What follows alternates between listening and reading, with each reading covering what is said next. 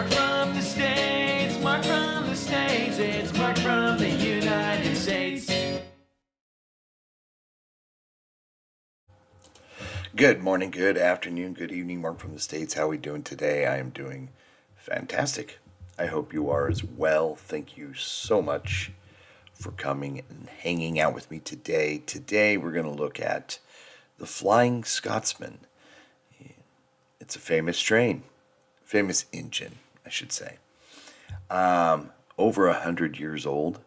We're going to learn something about it today from the wonderful, wonderful people at the National Railway Museum. The link to their channel and to this video will be in the description, so I encourage you, if you are interested in everything train, to go to their channel and support them. It's really important that you do. I've done a couple of these videos from their channel and never really thought of myself as a train guy. But with each video, I find pretty interesting stuff. It's history on wheels.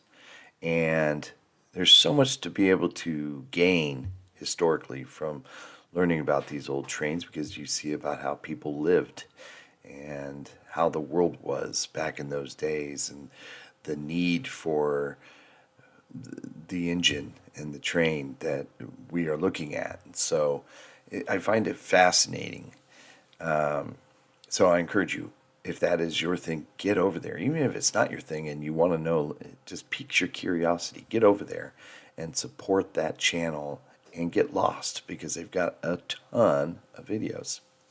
And if you're in the area, of course, go visit in person. If I'm in the area, yeah, I think I would, for sure.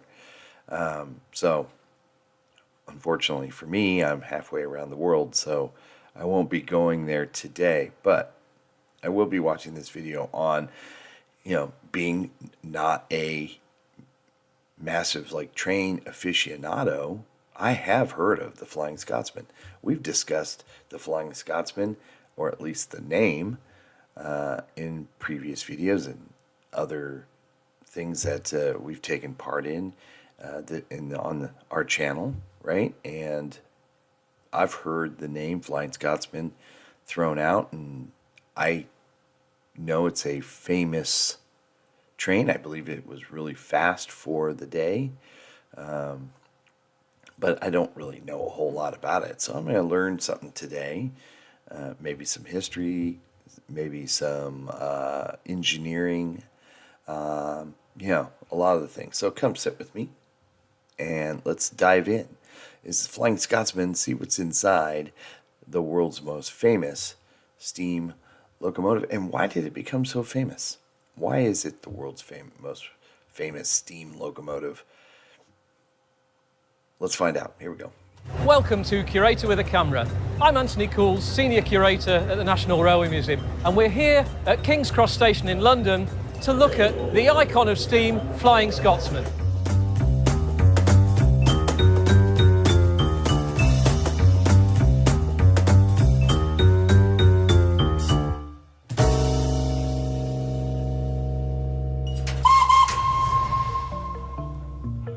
King's Cross is a classic location, and here there's two absolutely splendid developments of rail technology.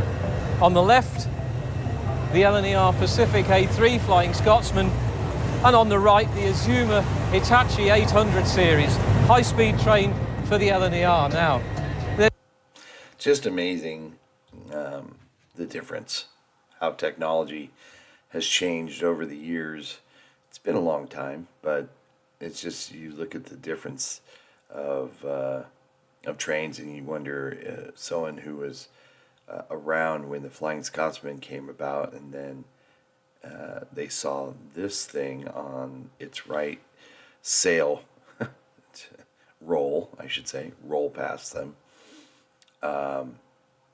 It would have been just, what the heck, but it's just, when you see them side by side, you truly get the the advancement in rail technology and transportation advancements, I guess. Pretty wild. And to have them both there at this iconic train station. I mean, just a brief glimpse. I'd like to probably see a video on the train station itself. It looks pretty amazing, but yeah, just incredible. Hitachi 800 series, high-speed train for the LNER now. There's 100 years separates them, and yet they're machines made for the same purpose. Wow. Let's have a look at Flying Scotsman and see what made it the absolute star that it's become. Why is it famous? Well, quite often people say it's famous for being famous. Flying Scotsman burst onto the scene in 1924, but the frames of it were laid down in 1922. In 1923, it was put into service without a name and as number 1472 in the newly created London and North Eastern Railway, the LNER. The railway were looking for a locomotive to send to the British Empire exhibition in 1924 at Wembley. And they chose this engine. And in time for it to appear at Wembley, it was named Flying Scotsman, after the 10 o'clock service from here, King's Cross, to Edinburgh. By naming their newest locomotive after the Crack Express train, this engine was given a place in popular history forever. So there's lots of books about Flying Scotsman that'll tell you its history, tell you the story of it, how it's travelled the world, it's circumnavigated the globe, it's been across Australia, America, first engine to do 100 mile an hour authentically, non-stop run from London to Edinburgh. But what is it that makes it tick? What actually is this machine that Nigel Gresley and his team designed and put together in 1922-23? Well, it's a Pacific locomotive. That means the wheel arrangement, there's 4 small wheels at the front, 6 feet 8 diameter driving wheels, and then what's called a pony truck at the back end supporting this massive firebox. So this engine is driven by 3 cylinders, 3 steam cylinders, 1 on either side, you can't see the other side today, and a 3rd in the middle, whose steam valves are actuated by what's called a 2-to-1 lever in an ingenious combination created by Harold Holcroft. So this engine, whilst it bears Gresley's name as the designer, has an input of many people, many draftsmen, many engineers who made it what it is. Okay. Now, we move along the loco, and you can't help but notice these smoke deflectors, these elephant ears, these troughs on either side of it. Elephant it wasn't ears. built like that. It managed most of its working life from 1923 to 1959 without these. But with the changes of coal quality in the 1950s, there were experiments in the drafting of the front end, and the engine could burn inferior quality coal with a double chimney. But that softened the blast, the chuff that came out of the top of the engine, and the smoke drifting along the top of the boiler became a problem because it obscured the driver and the fireman's views. So these German pattern, they call them Vita, smoke deflectors were fitted to lift the smoke up above the boiler and take it out of the view of the driver and fireman. So the engine didn't always look like this. We've represented it today in the form in which it left British Railways service in 1962. And it bears its final number, 60103, which is the number that British Railways gave it in 1948. So Flying Scotsman is known quite often as 4472, but before that it started life as 1472. During the war it became 502, then E103, sounds like a food colouring, doesn't it? And then finally 60103 under British Railways. So it's also been all sorts of different colours. So it started in the apple green of the London North Eastern Railway, went during the war, the Second World War, to wartime black for economy and austerity. Then it was apple green again for British Railways. It was blue for a time, really quite a striking experimental blue for a couple of years in the early 50s, and then it finished in this quite classy BR dark green, which is, many have said it's a bit like British racing green. It's also Land Rover green if you're into that sort of thing. So moving along, there's a lot of features of this engine that still would have been around when it was new, but it was built as what was called an A1 class locomotive. That meant that whilst it outwardly looked very similar to this, there were a lot of detail differences. The boiler pressure was lower, the steam dome was higher, the chimney was higher, the cab was higher. And the engine's been rebuilt successively over the years, and in 1946 was converted into what's called an A3 with a higher pressure boiler, this banjo dome on the top, and a number of other changes. And in 1953, it was also converted to left-hand drive. So whilst it's still Flying Scotsman, it's a collection of parts that bear that identity. So very little of this engine actually goes back to 1923. One of the bits that is left, I can't remember which one it is, but one of these beading on the splashers here, one of these, at least one, is brass, which was a special show finish that it was fitted with for the Wembley exhibition. Likewise, parts of the bottom of the cab side are also original from 1923, but the boiler's been changed, the frames have been replaced, even the nameplates aren't original. But like Grandad's broom, it's still Flying Scotsman. 100 years old in 2023, still operating on the national network in steam.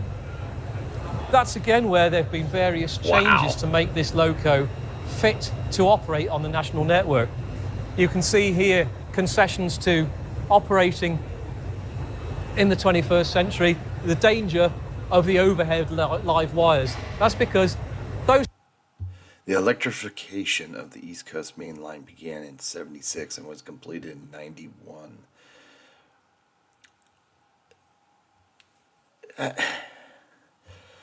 So it's not so much original. We're getting that. It has to deal with the modern world. Now that they have overhead electricity wires, so it's got to be able to navigate through those. Yes, it has been refurbished. I don't want to say rebuilt, but parts added, changed out, repositioned. He mentioned the boiler sits higher now than in the original. They've added those, what they're calling elephant ears or valance, and to push the, from what I understand, that's to push the smoke away or over the engine itself, so the guy here in this window can see, which is crazy because that didn't come into play, they said, until the late 40s or 50s or something. So there was that whole time before that that he's navigating the are we calling him a conductor? The driver had to navigate that. Some people would say, well, you're on a track. Why do you need to... It's not like you have to, see, but you do. You have to see if there's stuff in the way, of course. But it's... The name carries with it such gravitas, if you will, that, even I, who has zero knowledge of this sort of thing, has heard, even before it was mentioned on our channel, I'd heard of the Flying Scotsman. That's I think just the name itself is pretty famous. So, without even knowing what the train looked like.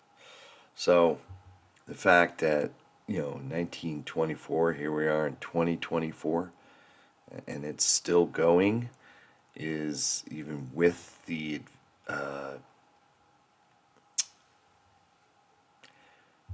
added parts, and, it's still pretty pretty solid to the when it first came off the line. I know a lot of it's not the original stuff, but still, just pretty remarkable. Those cables up above the boiler all carry 25 kilovolts. It's a lot of electric, and I better not wave this thing any higher because we will actually get people quite concerned about us getting close to the wires and the cables. But you know, this engine can still run on the national network. It's been altered, so it's got air brakes that enable it to operate with modern carriages. There you go. In essence, this principle of boiling water to make steam, to make the loco run, it's still just what it was in 1923. It can run at 75 miles an hour, and it can do that for miles at a time. And that's testimony 75. to the mechanics of it. These wonderful 6'8" driving wheels, you know, they allow that engine to run for miles at a time at speed along the East Coast main line. But then there's little details as well, like the mechanical lubricator on the running plate and the sandbox, the lid for the sandbox, so you can refill it and sand drops down by steam. You can start to see the steam jet on the sander just down there, so that as the engine is digging in to get a grip, as it pulls the heavy train out of King's Cross up through Gasworks Tunnel, Copenhagen Fields, the engine is able to accelerate smoothly and powerfully and be able to put all that horsepower, that steam energy to effective use. The engineering. But what's it like on the effective use? The engineering, the wherewithal to think of all this stuff way back then is just mind-boggling. How smart people can design and build something without the use of computers. You know, that's what I'm accustomed to. You get program software and stuff like that, but just for them, from mind to paper and then to actual building of it, is pretty remarkable. Just all the way down to the little things, you know, like the sand and all that other. Just it's like, I wonder if it was something like you had to, you know, I'm sure it was more like trial by error, kind of like you built it, you go and you go, well, it's not going the way we wanted, we need to add something, and they just keep adding to it until they perfected it. But it's just incredible. Use.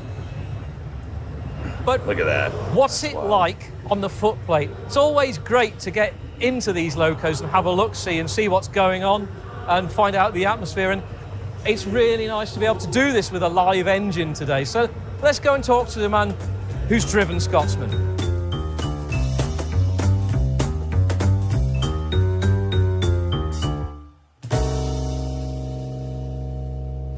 Whilst I've had the great privilege of being able to fire this engine on several occasions, I've never actually driven it. So for this part of Curator with a Camera, we're going to have a chat with Clive from our workshop and traction team, who's been there, done that, and isn't wearing the T-shirt, but he's got the tie on today. So Clive, do you want to take us through what it's like to drive this thing? It's a real pleasure. It's a privilege. The engineering side of it and the history is phenomenal. Picking up what Andy was saying earlier on, because we're working on a modern railway and heritage, we've got the modern equipment with the GSMR radio there on the tender front, which is the global radio signalling system that you can use. It's got TPWS and AWS on it, like the modern units, which is a safety system related to the signalling and the control of trains. And then it's got all the normal, what you'd expect to see on any steam engine. We've got a pair of gauges there that show you the boiler water level. We have a firebox, which is 42 square feet of grate to burn the coal, create the steam.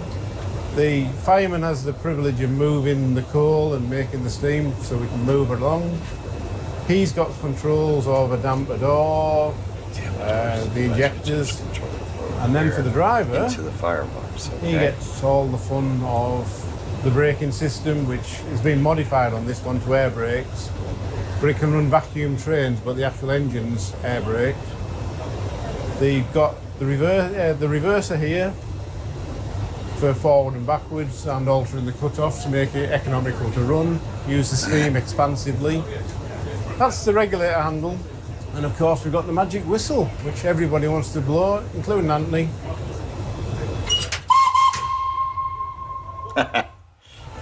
So we're on a live steam loco, Clive, and it's a bit like a toy box. We've just played with the whistle, but everybody wants to have a look in the fire. Can we have a look in the box, Let's have a look in the firebox. Yeah, lovely job. So there we are. Not a huge amount in there today because we aren't going anywhere. Try not to melt the GoPro on the on the plate.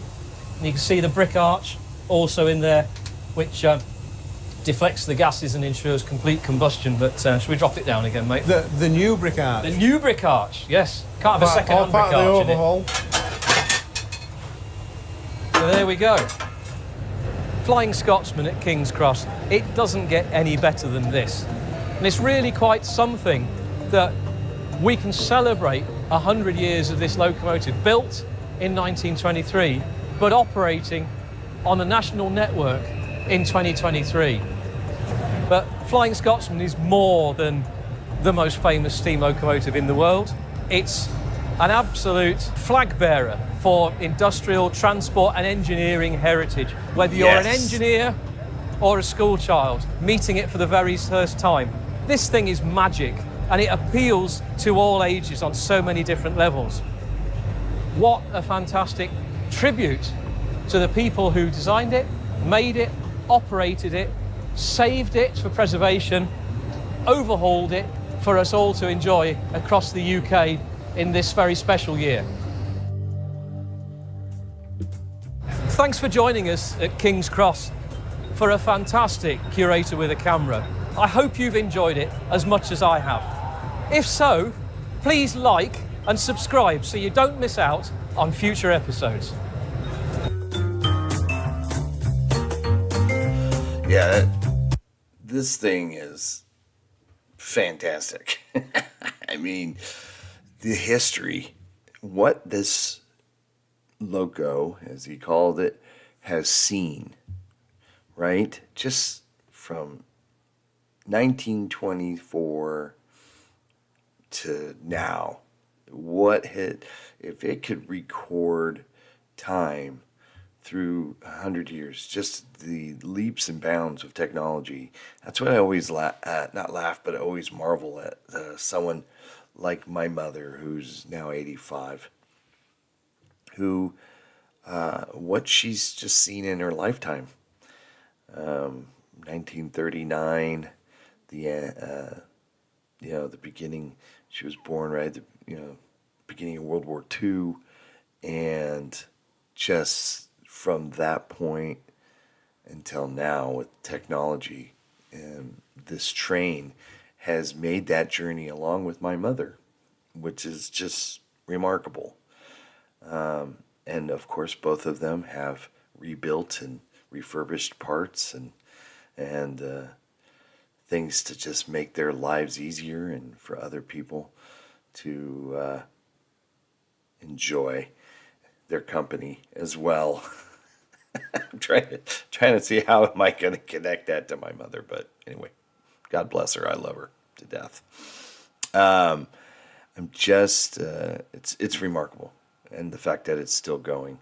Of course, they have to add the air brakes and the modern safety if they're going to still run it on the tracks, but just really cool and just historical.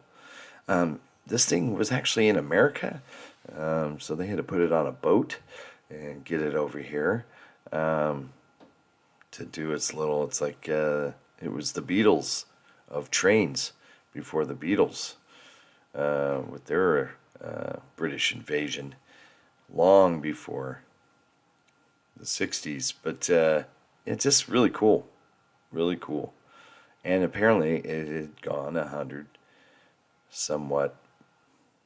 plus miles an hour.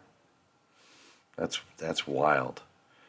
Yeah, just an engineering marvel, and and iconic. Thank you so much for coming to watch this. Very interesting. Interesting video. Flying Scotsman. Please go over to the Railway Museum channel and support their channel, and go to the museum itself and support them in person. Especially if you're into trains, obviously you've probably been there and you're digging it. But if this does pique your interest, get over there and support them. Video links to the video and the channel will be, of course, in the description of this one. Hope everybody is happy, healthy, and safe. Thanks so much for coming. And we'll see you very, very soon. Take care. Bye. Mark from the States, Mark from the States, it's Mark. And he's from